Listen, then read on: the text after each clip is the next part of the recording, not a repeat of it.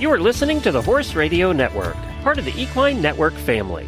What a beautiful day for horses in the morning. You are listening to the #1 horse podcast in the world. Here is your entertaining look at the horse world and the people in it.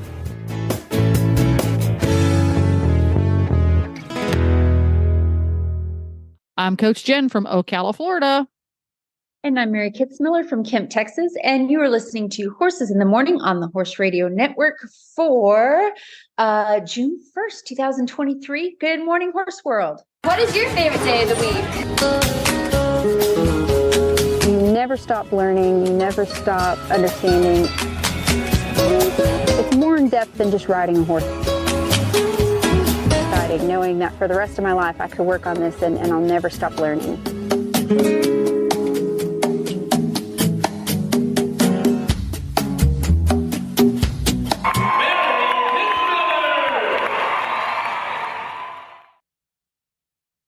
Welcome back, Mary. We get together with Mary almost once a month and we chit chat about all things horse training.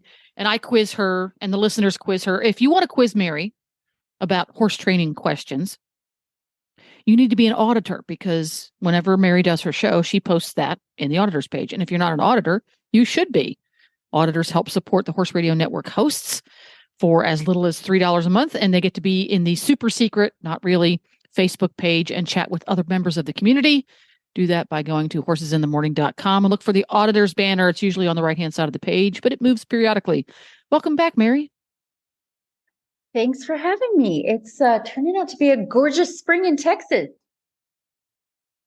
Now, in the particular part of Texas you are in, are you enjoying the spring thaw causing flooding from the massive amounts of snow? No, we didn't. I don't think we had any snow over the winter, which is good because we got pummeled there for a little bit a couple of years ago. But no, it's been really nice. Usually by now we are in full blown summer, 100 billion degrees out, no rain. Really? But it's been gorgeous, and there's still wildflowers everywhere. The bluebonnet season was gorgeous. The last couple of shows I've been to have been just wonderful. I'm so thankful. It's been really, really nice. But the flies are going to be crazy because we've had a lot of rain. Flies and mosquitoes are going to be a little nuts this year, I think. Yeah, that is. Well, coming up on today's show, we're going to tackle a variety of cantering and loping questions submitted by listeners, auditors. We are also going to contemplate the difficulties caused by a headstrong weanling who didn't have a really good initial haltering experience. And then we're going to take a look at how, actually, we're going to do that first. We're going to take a look at how Mary training her overachieving young dog can relate back to horse training. And I've been having a great time following along with Echo and her efforts to become an agility dog. And first, we're going to start out with tell everybody who Echo is. Echo is my 2-year-old Belgian Malinois. I got her kind of in the midst of COVID, because I think that's what everyone did is you went out and got a dog. Everybody got a baby, either a human one or a fur one. Yeah. Exactly. It was very trendy, but I got her a couple years ago. She's my first Belgian Malinois. If you're not familiar with the breed, they kind of look like a German Shepherd, like a real wiry, skinny German Shepherd. They are extremely smart and they are like 100% all the time. And I love her and she's my best dog ever. So recently you started working with her on agility obstacles. And one of the agility obstacles is weave poles. If you can imagine pole bending with horses, it's like that, except for a dog. Now, start at the beginning of that process. How do you introduce a dog to a weaving pole? So I started doing this with her because, I don't really have any current goals to do agility, like to compete. I'm very beginner, don't know much about how to train it. And so this has been a learning process for me too. But, with these dogs, because they are so high energy, you've got to keep They their need a mind job. engaged. Yeah. And just like training, your more hot-blooded horses like your Arabians and some of your thoroughbreds and such, you can tire them out, and that might work a couple of times, but they have so much stamina and they're just going to get more fit. And Yep. you can tire, you can tire a horse or dog out, and they might be, physically a little tired, but they're still going to be, their mind's going to be going 400 million miles a minute. And so I've done all sorts of stuff with her, just to keep her mind engaged. And it's a lot of fun. Like I'll hide things throughout the house and have her go find them. And we work on training, sit, stay, down, stand, all that kind of stuff. And so I decided, well, why don't I start teaching her, little obstacles and stuff. So I bought like a really cheap agility set on Amazon, that's got a little tunnel and a jump, and it's got poles that you stick in the ground and do the weaving with. And I had never taught that before, had no idea how to teach it. But luckily, there's a thing called YouTube.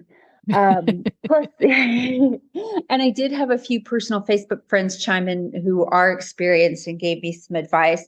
And because I have ADHD, I couldn't stick to one method. I did like 4 methods at the same time, and it worked out. So it's become my own little method to teach, but it's really interesting. One of my favorite ones is this method called the 2x2 weaving method. And you start with just 2 poles, and you put them, around 18 inches to 2 feet apart, and just have those 2 poles, and you have your dog go through them. So I use her favorite little, it's a little tennis ball with a handle on it, because she likes to play tug and she likes to go chase things. So that was my motivation for her. And I lured her through with the ball and had her just to where she knew that I run through these 2 poles, I get the ball. And so you start that, and then you practice doing it from different angles. So you go like all around the poles and have her go through it at different angles. Because if you were going to do an agility competition, you could be coming at those poles from any angle, coming from the last obstacle. So the dog has to know how to enter the poles correctly. So I did that. And then you get another set of 2 poles together, and you make it to where it's like a tunnel. So you have 2 poles in the ground, and then a couple feet from that, you stick another 2 poles in the ground, and they just go through a straight line. And hold on. Okay. So what you end up with is the dog goes through them as if they were jump standards and there was no jump in the middle. Exactly. So it's like, it'd be like 2 sets of jump standards, like a combination, but there's nothing in the middle. Okay. I see where, I just had a light bulb moment. I see where we're going with this. Right. Continue. It's so smart. I never would have thought about it. So you just have where they'll just go through 2 sets of poles, no problem.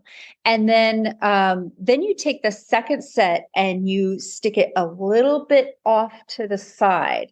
So they still are going through the first set, and then the second set, kind of one path to go through those, but one of them's slightly to the side, and you practice that over and over and over. And then you just keep angling it more to the side and closer to the first set, if that makes sense. And you keep doing it, like you just move it a little bit, a little bit, a little bit. And now eventually you end up with all 4 poles in a straight line. And you kind of have to see it on video to see how it works, but the dog ends up weaving through the poles. It's very natural. And it's like something I never would have thought of. And now I'm like, ooh, I could teach my horse to do this. So I might be trying it with ding, ding, ding, ding, ding, ding, ding, ding, ding. Can baby goat do this? I bet he would, for the right amount of Cheetos. But for the right amount of Cheetos, yeah. Yes. I probably have to put the poles 3 feet apart, because he is a little plump. Although I have to say, that goat is like a cat. He can fit through things I never would have thought. It's like he's made of liquid.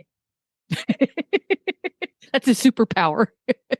Yes. Yeah. He just like oozes through gaps in the fence. I'm like, Oozes how did through you get out here?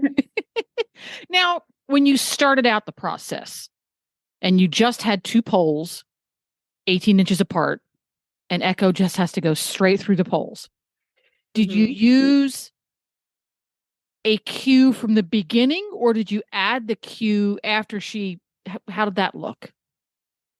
I added the cue later. Now, I do not know in agility if people have a certain voice cue that they use. I just figured to say weave, that made sense to me. So usually when you're training something like this, you are going to get the behavior first. So I used like the ball to lure her through.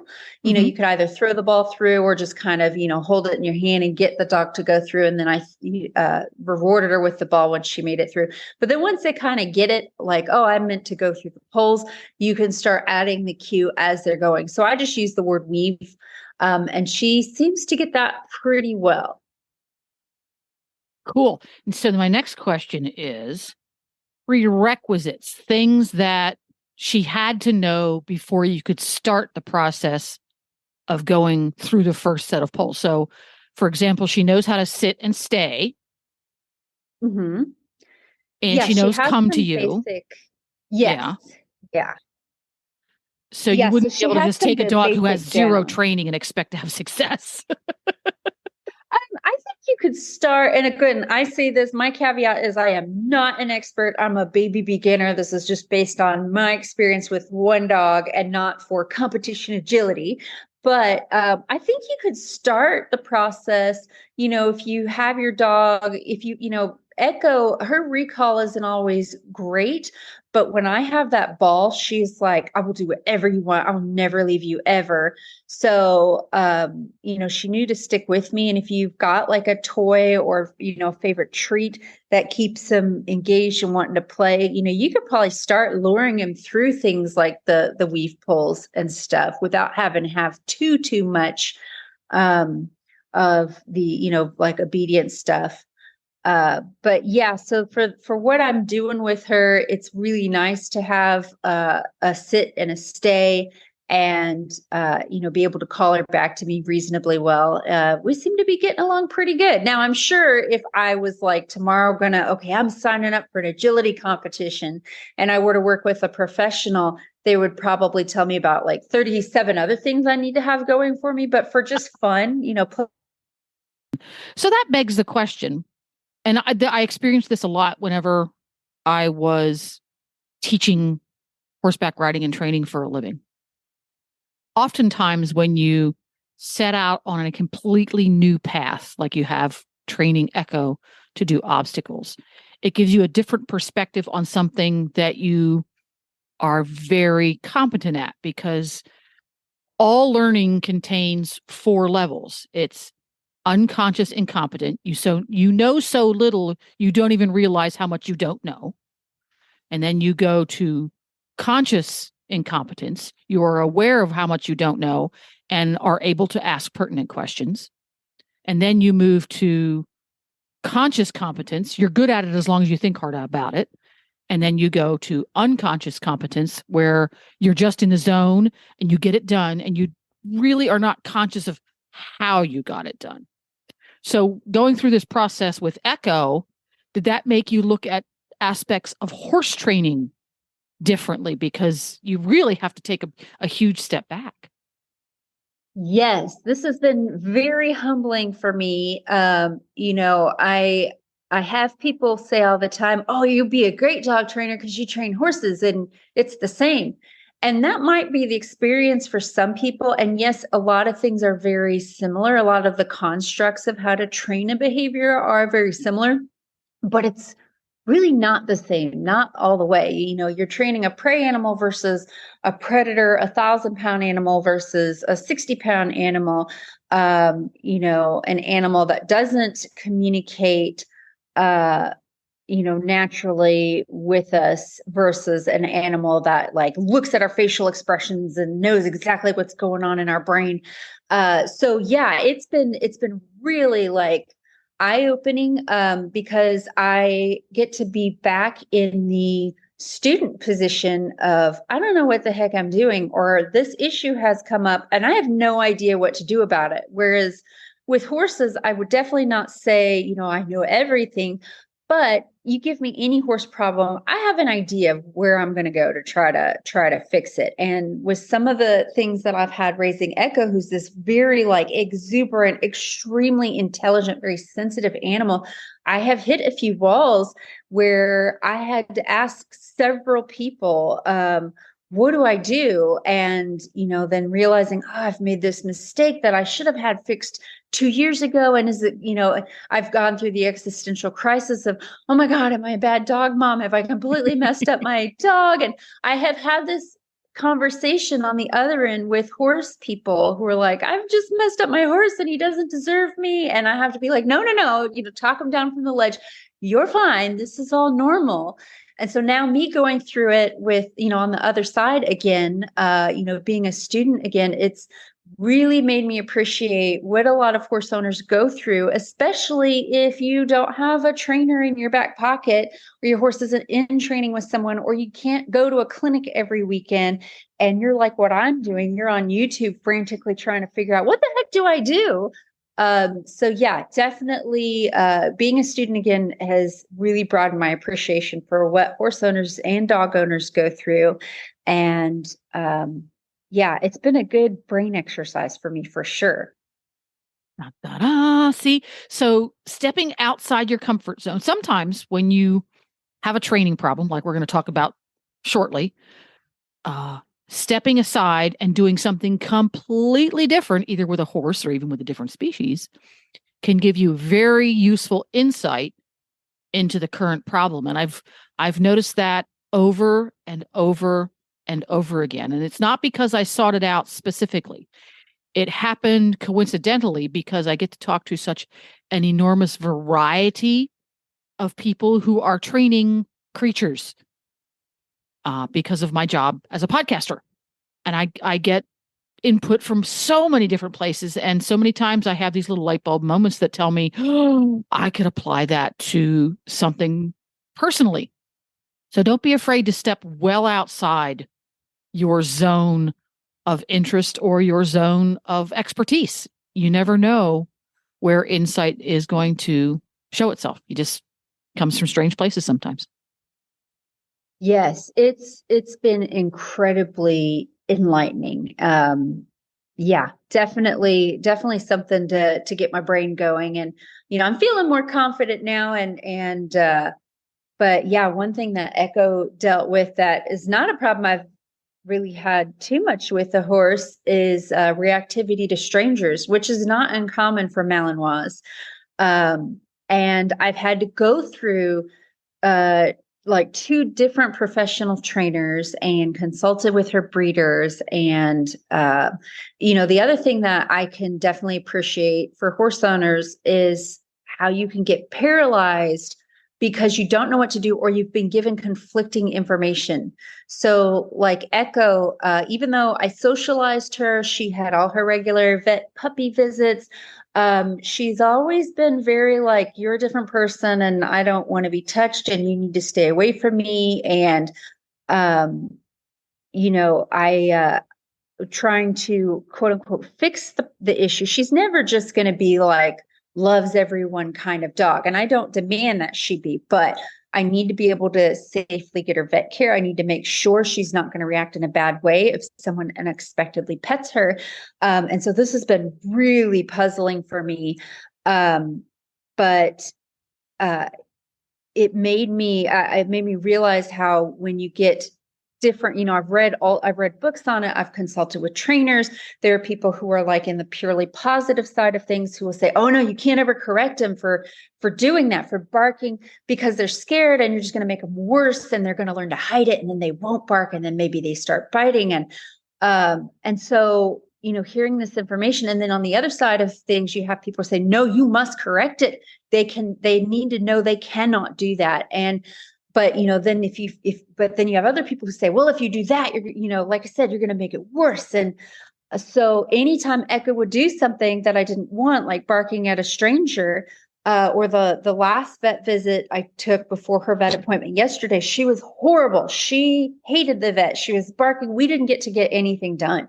They sent me home with sedatives, and then we rescheduled. Yeah. And I went through what I know every horse trainer, including myself, has gone through, where you cry in the car and realize you're a bad parent and you messed up everything. And we've all been there with your life. Yes. Yeah. We've all been there. Sit and question our life choices and felt the guilt, like I've done wrong by my animal. So I totally understand. I've been through that as a horse owner. Of course I have, but I don't have those experiences very much anymore. I always know a little bit of where I'm going to go with an issue. With Echo, I did not.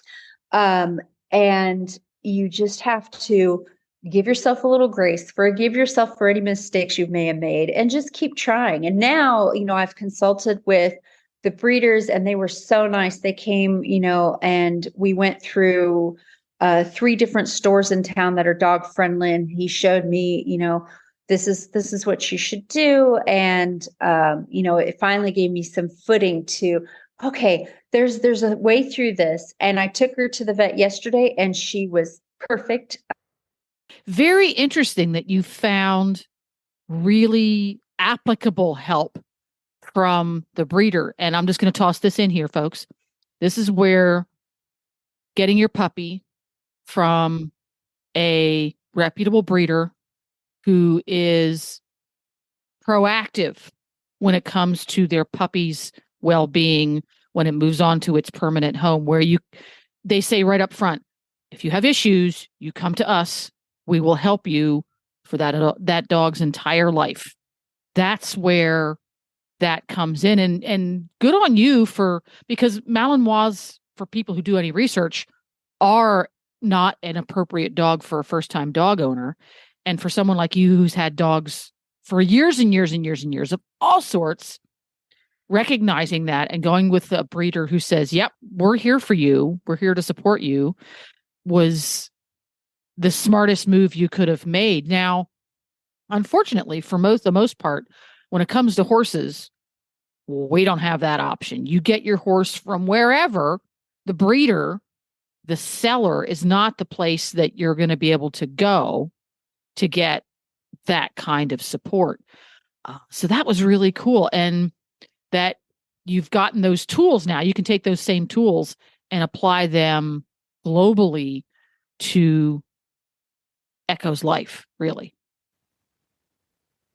Yes, I was very, very fortunate to have that kind of support. And yeah, with the horse industry, it's different. And not to say that most sellers and breeders don't want to be there for their animals and make sure they're okay, but just the nature of it, oftentimes we might get a horse that's been through 5 or 6 or 7 different people since it was sold or bred, or in my case, right. I've got one that came from the desert. So there is no, I can't call the BLM and be like, my Mustang is wild. Did you guys know that? Can you call Mother Nature on the phone and say, excuse me? Yeah, I would like him not to be wild. So how do we go about fixing this? About doing this. Oh my gosh. And speaking of fixing things, one of the things we need to fix this time of year as we record this show, it's springtime and almost summer in many places. Flies, biting flies of every sort. And Spalding Labs has something called Fly Predators, and they help to support this show. Let's hear a little bit about them. Especially with performance horses, flies can really be a nuisance. Fly predators are a great investment of all the different poisons and insecticides and different things you could use. I don't know of anything that is more economical and more effective than Spalding Fly Predators. And now it's time to do our first listener Q&A. As I said, Mary posts over on the Auditor's Facebook page whenever we do a show, who's got questions, and we just take a random sampling of them. It just so happened that cantering was really high on the list of things that people were curious about this time around. So what have you got for us, Mary? Yeah, I love how the questions always seem to have a theme. It's never coordinated that way, but it makes my job easier because I can hopefully answer a blanket of questions. Yeah, you can group them together. So yeah, I did have for our first question, it's kind of two questions. I had one from Jessica and one from Melissa, both very similar problems with the horses being anxious in the canter. I will read Melissa's question.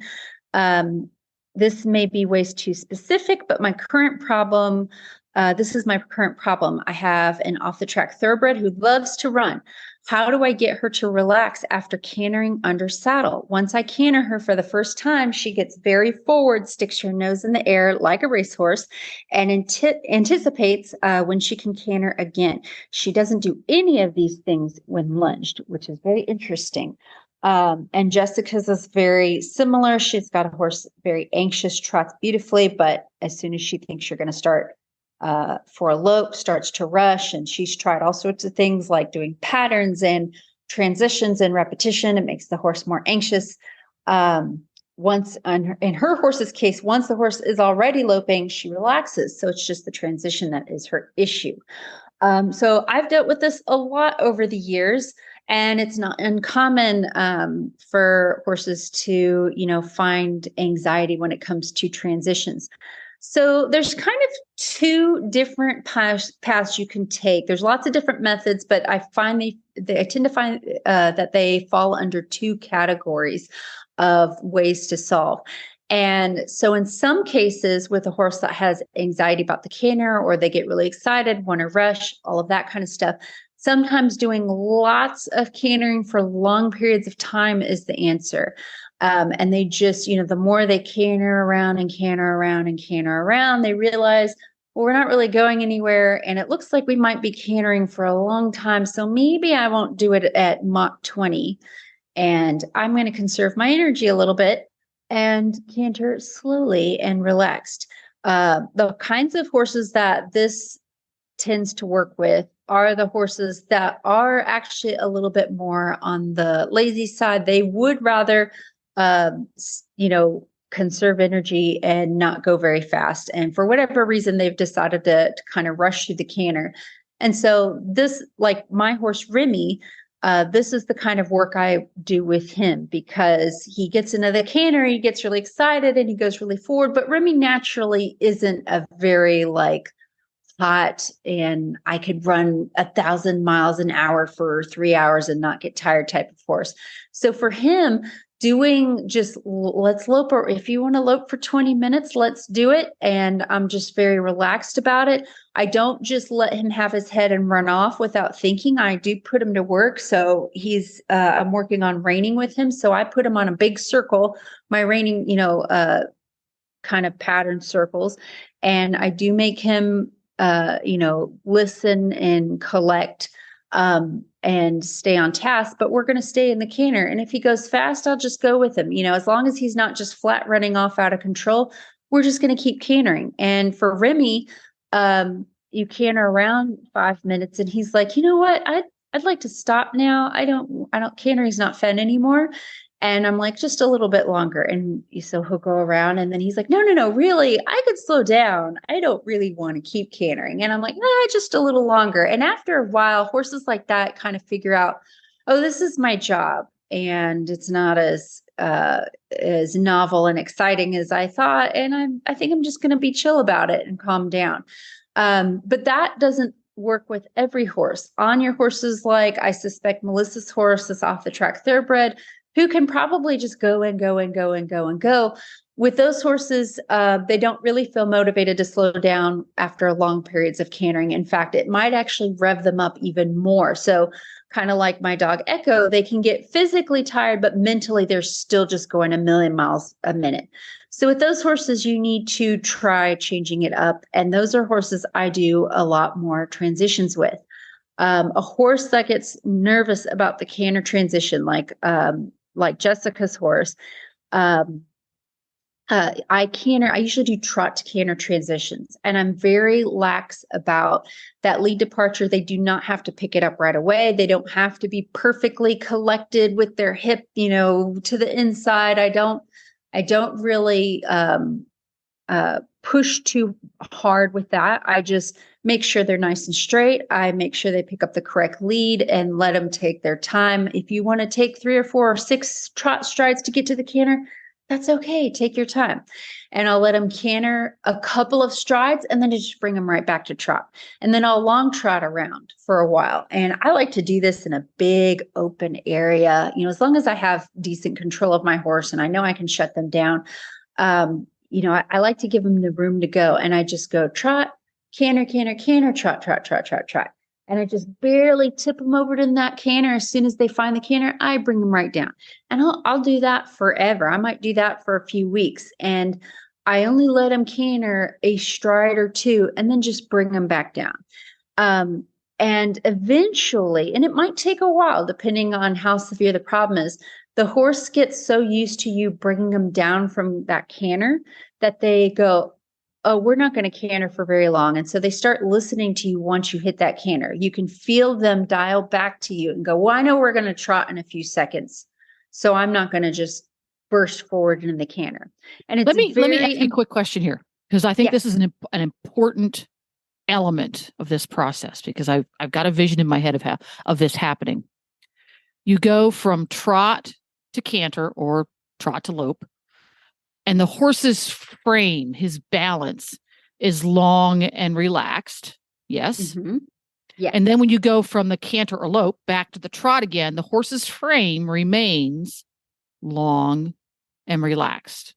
And I think that's key, because in my experience, many horses who struggle with this process, the struggle originates in their discomfort in holding that frame.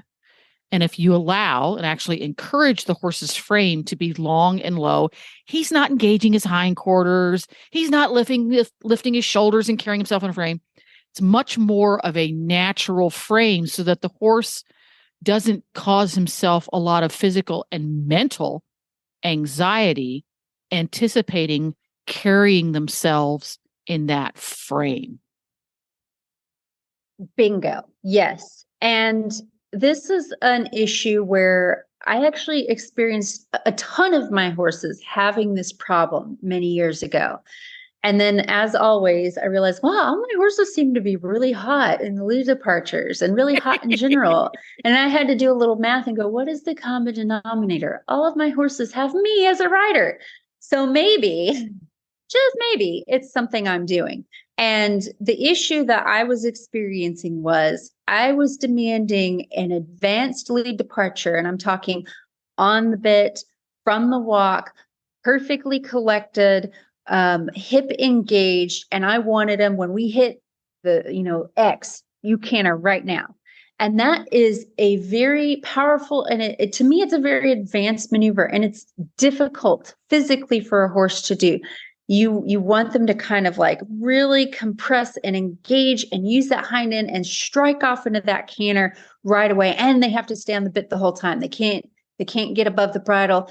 And sometimes we're really holding on their face when we do this. So you're like holding on their face and using a ton of leg, and they don't know where to go all the time with all that energy. So when they finally push into that canter, they feel like it's like a slingshot. They feel like exploding. Eventually, the finished product for me is like when I go into my little ranch horse pattern and I hit cone A, where you're supposed to hit that canter, that horse should go right from a collected walk, bam, in one stride, strike off into canter, stay collected the whole time. But it's a process to get there. And a lot of horses need a little bit more physical conditioning, and they need a little bit of grace. And, like with horses like this, if you want to trot a little bit before you get into that canter, that's fine, because we know with these horses, having the energy and responsiveness is not the issue. They will react, sensitively to things, and I don't need to worry about them doing it right now. So, just go on a nice long trot. They don't have to be completely on a loose rein, but I'm not trying to really drive them into that bridle and collect them up. I just want them to listen to me and, listen to my hands. And the hands are also very important here, because you're using your hands to tell the horse, you've done it, you made it, this is exactly where I want you. So as I may soften my horse a little bit going into the canter, but as soon as they find the canter, I want to be giving with my hands, like, this is what I wanted, you made it. If I keep hanging on to them into that canter, they don't feel like they have any escape from that pressure, and they can just try to take the bit and go harder and harder. So you want to be soft with your hands and give when they go into the canter. And then when you go back into the trot, you may have to half hold or pick up on them and soften them to get back down into that trot. As soon as they find the trot, you need to give back to them. And this can be really hard if you have a hard horse. So you go to that back to that trot or even walk transition. If your horse has a habit of rushing and being really hot, we tend to go, I know you're going to try and canter again. So we hang on to them to try to make them stop. No, give them the reins, give them their face and say, you did it. You came back to trot. I'm so proud of you. If they jump forward into canter again, you just gently say, no, come back to trot. Exactly. And then give back to them again. Allow them to do it. Exactly. Yes. Don't say, no, you can't. No, it's okay. You cantered a couple more strides. Yes. Come back to our trot. It's okay. And sometimes you let them be that long frame. At first, that's going to be a struggle for them mentally because they're going to anticipate that.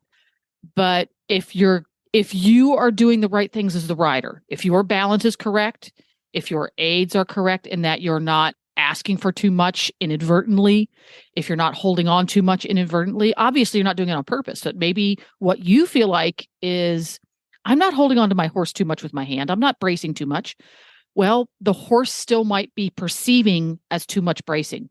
You might have to give even more with your hand. If you're getting those things right, over time, the horse will get better. So let's see, you've tried this technique 3, 4, 5 times and really not seeing a big difference. Try more. Try giving more with your hand. Try sitting up more with your body. Try allowing your leg aids to be softer even than you think they should be, and give the horse that opportunity to give you the reaction. Because so many times in these situations with horses who have a lot of forward drive anyway, their go-to is forward. What you think is a light aid is way more than they need. It's amazing how, given the opportunity, an aid that seems like nothing gets so much reaction, especially when it's the removal of an aid. Exactly. And this is a situation where oftentimes when I'm coaching a rider who has a horse like this, and I've been through this myself, especially if you know your horse has an issue, they're going to be fast and energetic. We can tend to look very quiet when we're riding around, but really there's like a lot of electricity in our body because we're anticipating, he's going to go really fast. And it's like your seat is electric and you're shocking the horse every stride. And they're like, faster, faster, faster. And you have to, I've told people like, relax. And they're like, I am relaxed. I'm like, no, you're not. You're riding quiet. Like your equitation looks good. But I can just feel the energy coming off of your seat. And I see a lot of riders tend to ride forward on their seat with a horse like this. You need to, and this is kind of my Western side of me. I have the worst equitation when I'm doing this. I'm like back on my jeans pockets. My core is like super collapsed, and I'm almost riding like a sack of feed. Like I'm just kind of dead weight. I'm still with the horse. I'm not like hitting them, with my seat as they're going around. I'm still balanced and in the middle, but I'm staying in one speed with my body. Like I'm kind of riding like we're going on a trail ride. And if that horse's energy picks up, I stay behind. I'm like, where are you going? I'm not going anywhere. Come back to me. And that is very hard to train yourself to do. And you need to breathe. You kind of need to act like, your horse is that manic extroverted friend who's like, we need to do this and let's go do this and let's go do this. And you're the person who has to constantly say, hey, no, wait a minute. Let's just chill out for a second. Let's take our time. You have to really emit that aura of, I don't have anywhere to be, it's okay. And if it's not working after 2 or 3 or 4 times, with horses with this kind of issue, I would say keep going, because sometimes I've been at this 30 or 40 or 50 or 60 times. Might take a month, might take 6 months, might be an always maintenance thing with this horse, but I'm always slow and gentle.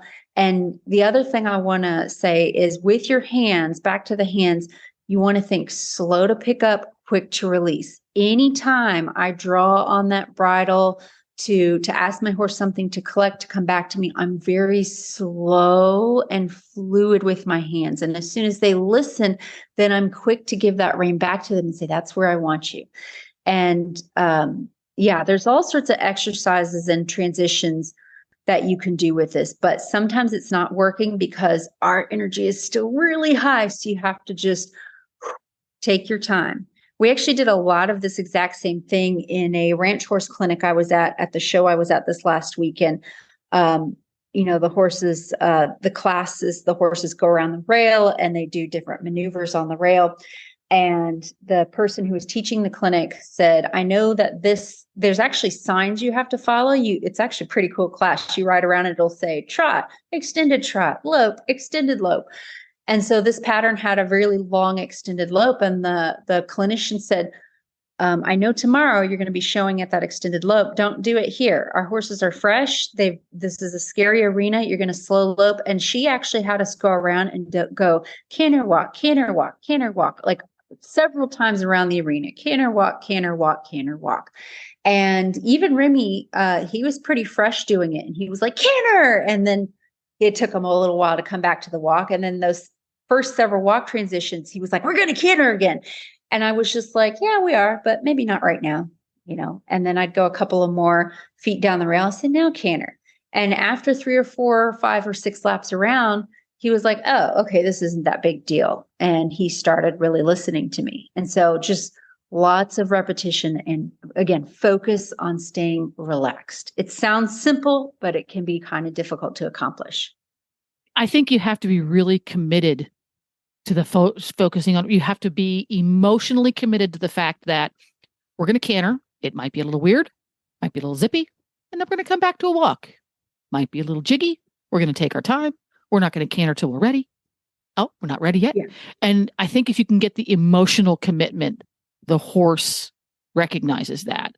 And like you said, 6 or 7 times around that giant arena. Oh, yeah. Okay. You were committed to this. We're okay.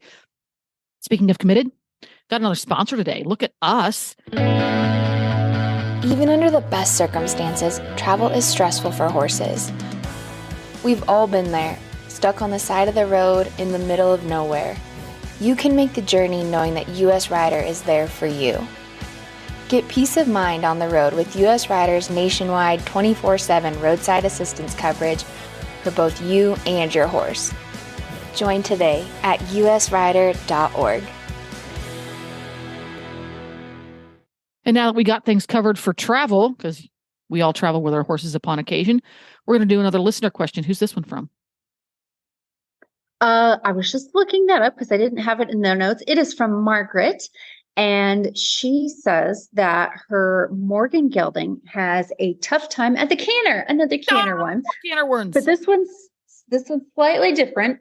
He tends to cross canter, constantly changing leads. What can we do to help him stay on track? So if you're not familiar with what cross cantering is, or I call it cross firing or disunited canter, usually it means the horse is in one lead with his front pair of legs and his back legs are in a completely different lead. And it feels really weird and can be kind of a annoying problem to solve. And so I did ask a few questions beforehand in the Facebook post about the horse's breed and background. So he's a 20-year-old Morgan gelding, and they do suspect he is gaited because she did post a great video to kind of help me see what was going on. And the way the horse was cantering, I was like, is he gaited? Because I have dealt with this before with actually a mule that I was very gaited, and I did not know he was gaited because I'd never ridden a gaited anything before. And he had a very specific problem of not being able to pick up his left lead, just outright refused to do it. And it wasn't until a while of trying to solve this problem that it was brought to my attention he was gaited, which can cause some gaited horses have just a beautiful natural canter, and every gaited horse can canter.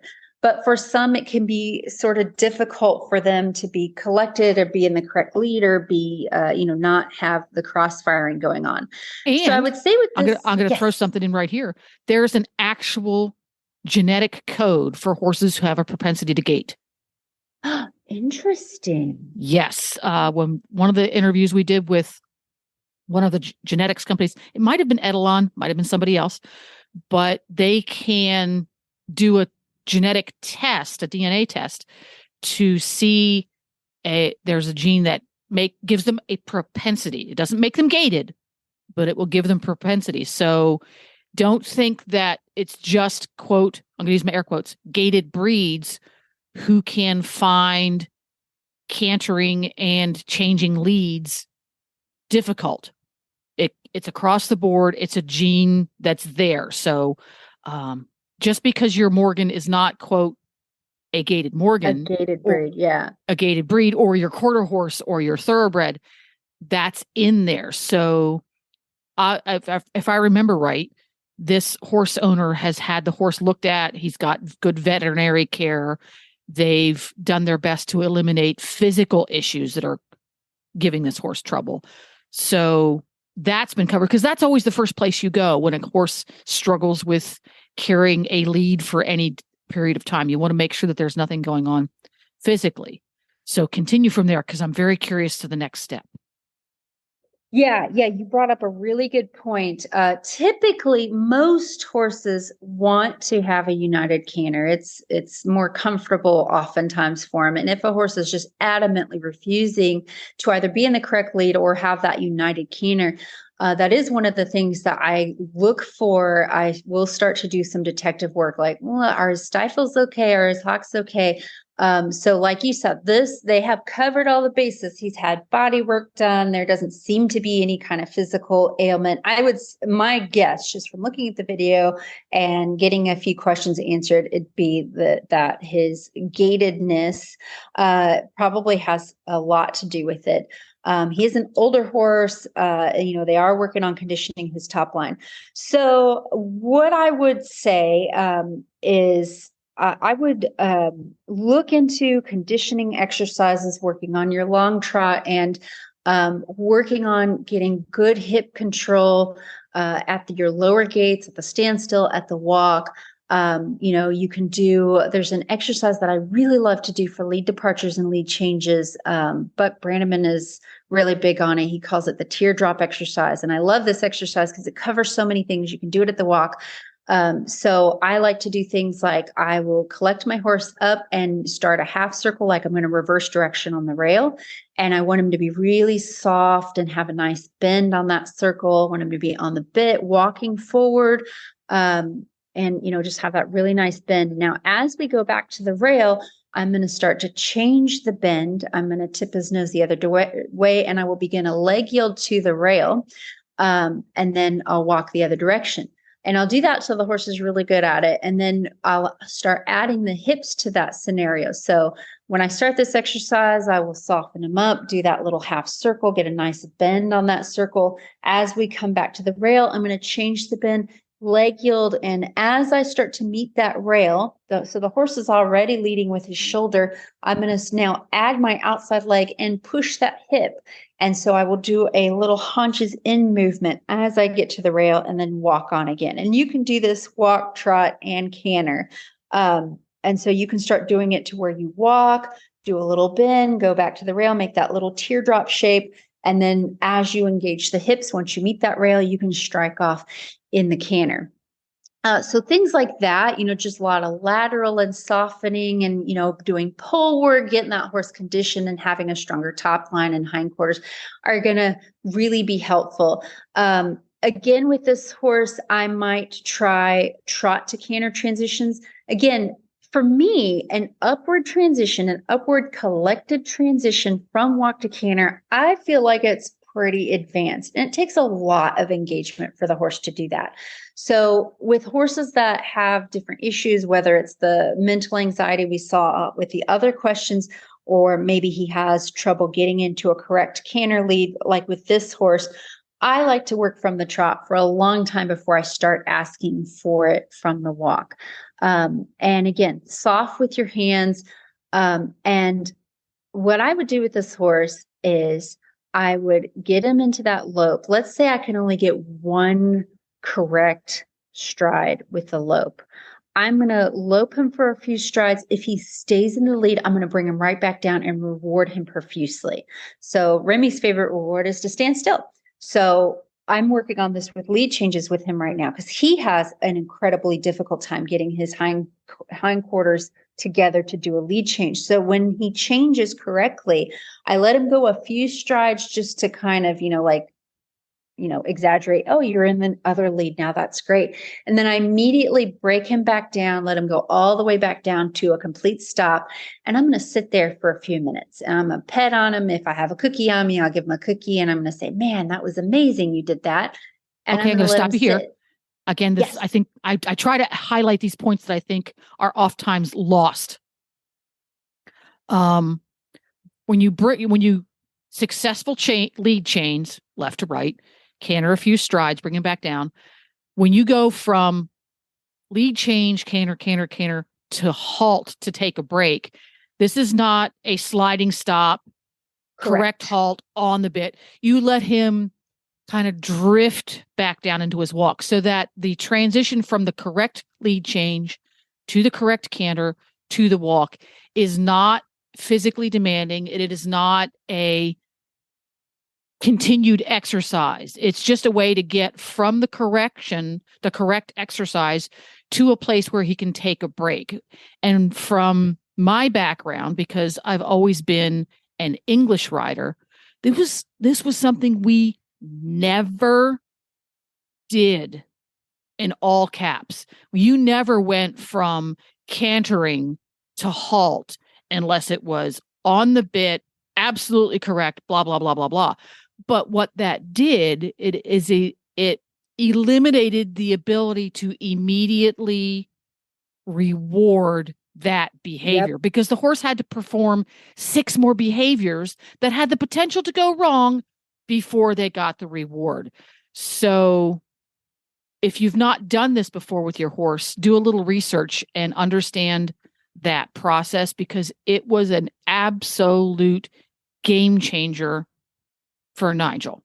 I'm going to, in big, bold letters, the ability for me to give him a reward immediately for a behavior that he found difficult. And once I got the knack of doing that, he understood what the reward was for. Whereas before, canter, correct lead, canter, trot, walk, halt, all on the bit, all with the potential to be difficult to do and to go wrong. He didn't understand what the reward was for. So that's key.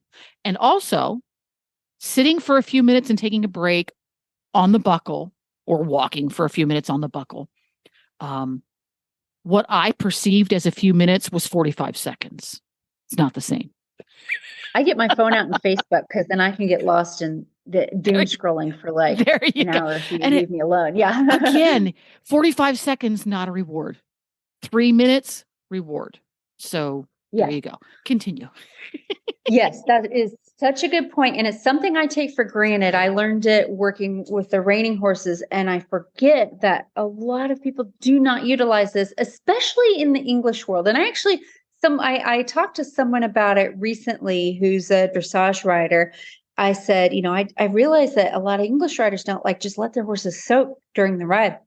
And she said a lot of people feel that if you do that, it can cause, if you're working like a high level competition horse, they believe it'll cause lactic acid buildup. So they're always keeping their horses moving. I'm like, oh, that does make sense. So I see why that is something that maybe doesn't occur as often, but I still think it's really important. And yes, if I want to reward my horse by stopping, I'm not going to, especially on a reining horse, that stop is sacred. When I say, whoa, that means for a reining horse, you need to bury your butt in the ground right now. And if you don't, we've got to fix it. And so if I want to reward my horse, he just picked up his lead beautifully, or he just did a beautiful lead change, and I want to stop and I say, whoa, and he didn't listen in the stop or didn't stop as well as he should have. Well, now I got to fix that, and I don't get to reward my horse. So I call it breaking a horse down or letting them trickle down.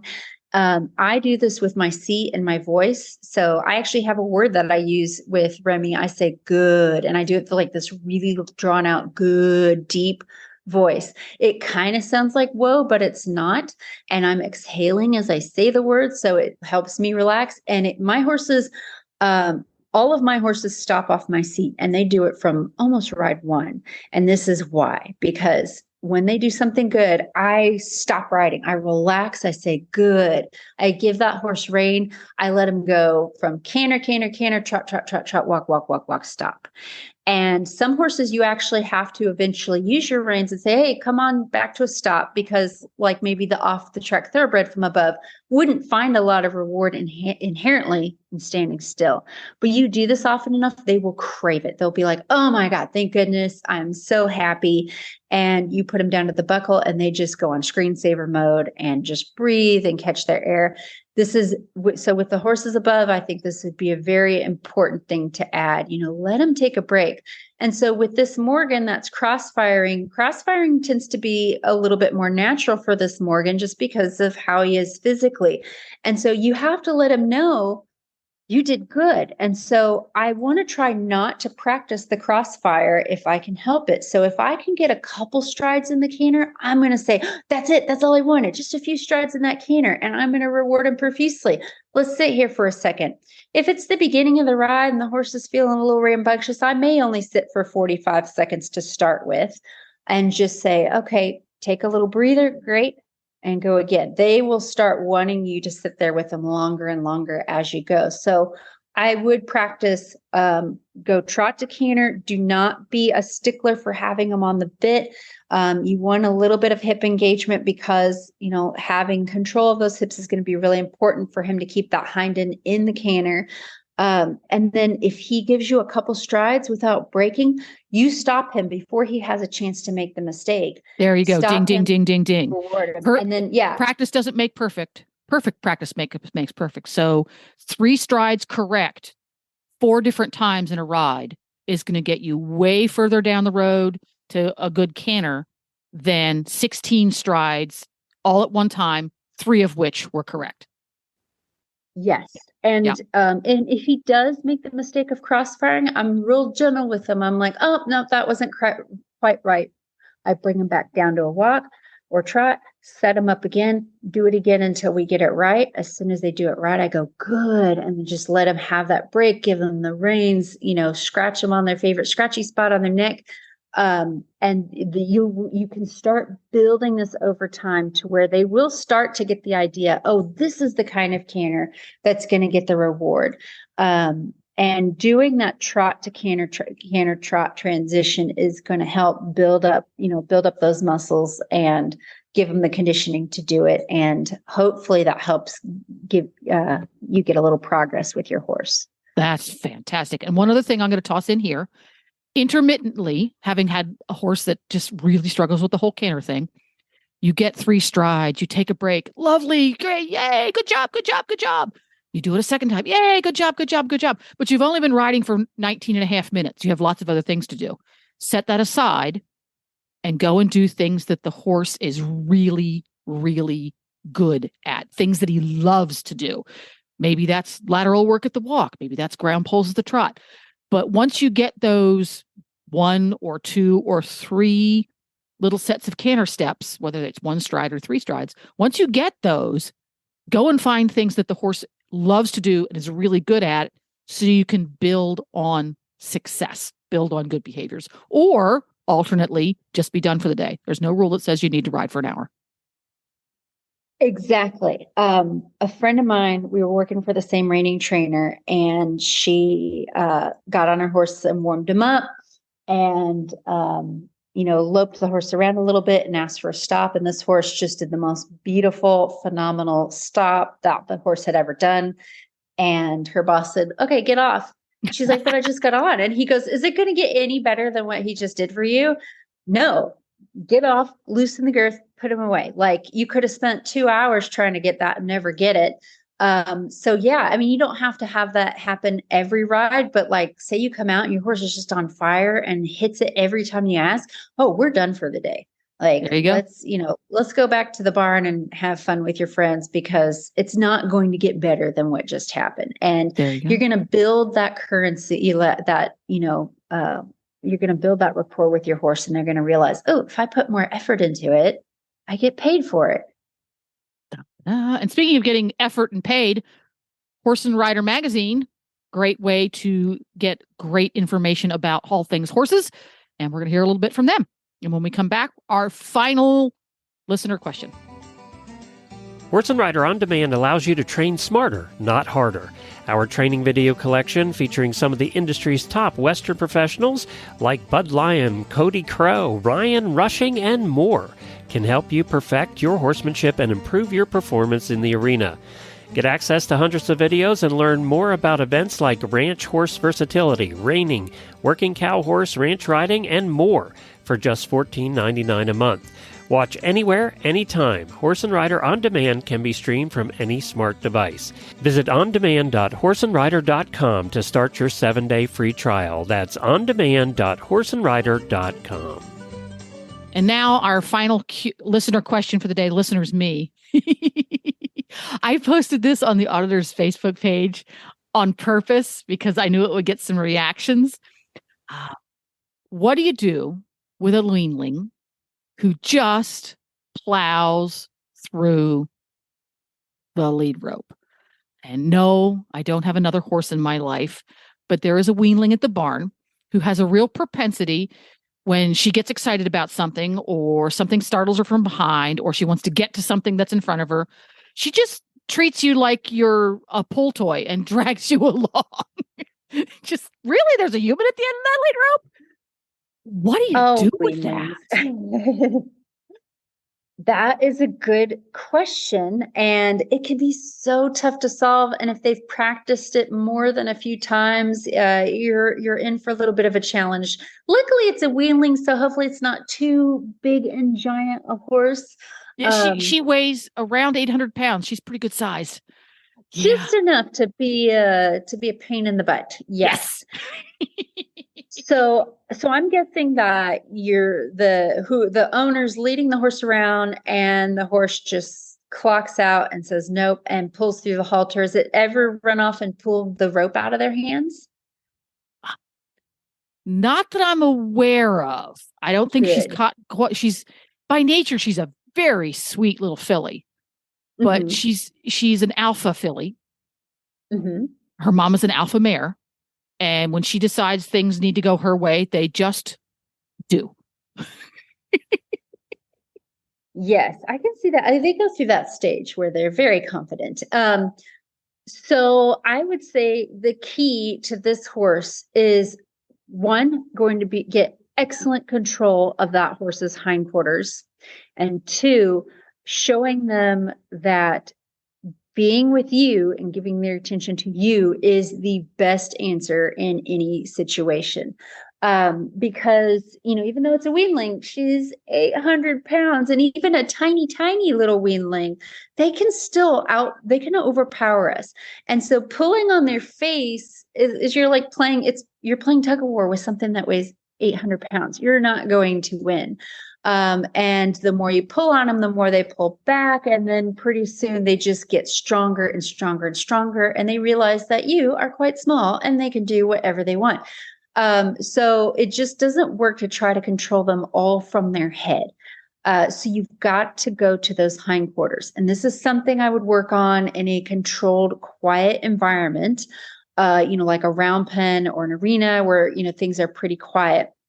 And to put it simply, I am going to tip that horse's nose toward me, and then I'm going to get them to swing their hindquarters away. So I may use a flag to do that. I may use a lead rope. Sometimes it just takes body language for me to be able to do that. Tipping their nose is almost like the cue for it. It's going to give me a little control, but really the control that's going to get that horse soft on that halter is me being able to get those hindquarters to swing away from me. And then releasing as soon as the horse faces me. I would work that on both sides and get that very good to where you just need to suggest they move their hind end away, and they do. So that is where I would start with that horse. I have a quick question. And then, yes. When doing this, is there a best time and place or worst time and place to work on these things, at least initially? Yeah. Like I said, you definitely want to have a pretty controlled environment. You don't want to have to try to be working on this like in the middle of the parking lot and you're trying to load your horse on the trailer for a show. I have done that before. I can definitely make that work. Sometimes life happens and that's just the situation you're dealing with. I have probably the most crazy situation I had that happen was when I was starting a colt in Mexico. And unbeknownst to me, the locals decided, well, we're going to get this gringo something really challenging. And they brought me like a 10-year-old, almost unhandled horse. They brought it in on this like polyurethane rope, kind of like something you'd use for a boat or something. And before they could get it to the round pen, it broke free. And this rope was like 30 feet long. It broke free and was running in the mountains of Mexico. So I had to catch that horse and I had to very sternly say that won't be happening again. Like I said, it happens and I've done this on the fly. But when, you have the convenience of it being your horse and you have time, do this in a quiet area. You're teaching a new concept. And then you can put it to use in more different environments as the horse learns. So yeah, something quiet. If the horse is really, really bad, like I've had some horses who just flat learn to pull the rope out of their owner's hands and run off. I'm going to go to the round pen and I'm going to have a long enough lead rope to, even if that horse is going 400 million miles an hour trying to get away from me, I've still got my hand on the rope. So you haven't technically run away from me yet. You never want to get in the situation, and this horse is headed down that path if something isn't done. You never want that horse to pull that rope out of your hands. It happens, it's fixable, but it becomes a huge challenge when it does. So you never want them to think they can do that because you could end up with a horse that gets very hurt or a person that gets very hurt. They never need to know that that is a possibility. They always need to look at you for help if they are fresh or scared or whatever. So yeah, nice, quiet environment. There we go. Would it be useful in a situation like this? And this applies to any remedial horse that that just pulling the lead rope and leaving has become a habit, because you hear a lot about horses who pull back on the lead rope. They're facing you and they go backwards. But in my experience, horses who do the reverse, they pull the lead rope by going past you and leaving you behind. I have been injured physically by this several times. The only thing I've ever gotten from a horse who runs backwards with a lead rope is a rope burn in my hand. Hello, to let go. But the ones that leave and just keep going and the lead rope is in your hand, that has caused me some injuries. So when you have a horse that wants to do that when they're startled, will teaching them using positive reinforcement, liberty techniques where they learn to stay next to you, not because they felt pressure and were inclined to give to that pressure. In other words, they feel pressure on a lead rope. They're going to give to it by stopping their nose and giving their haunches. Will using techniques where they stay next to you because they've been taught that through the use of positive reinforcement, can that also be of use? Should you not mix the two? I think it's a great way to come at it. And I have worked on sort of both ends of this issue, using both the positive reinforcement and using the pressure release, the negative reinforcement. There's a great exercise. One of my favorite positive reinforcement trainers is a lady named Alexandra Curlin, and she's just come out with a new book, which is, I love the way this book reads. It's so good. You can it's designed for you to skip around. But one of the exercises that she does, and it's something that I'm doing with a few of my Mustangs right now, it's built off of she calls it grown-ups are talking. So when you start clicker training a horse, you are going to run into the fact that they know you have food on you and they want to like knock you over and rifle through your pockets to get all the food. So you have to train them not to do that. So the grownups are talking exercise starts as a food manners exercise where you stand next to the horse and you reward them for being quiet, keeping their head nice and straight so they're not trying to get in your pockets. So when they're standing quiet, relaxed, their head is straight, you reward them. And because you're training this as a new behavior, you'll reward them many, many times for this. So as an added bonus to getting the good food manners going, that horse is getting highly rewarded for being next to you and being quiet. So you can actually take this a step further and use it to teach leading. And you can use this with a horse that's never been led. You can do this at Liberty. I do it on the lead rope.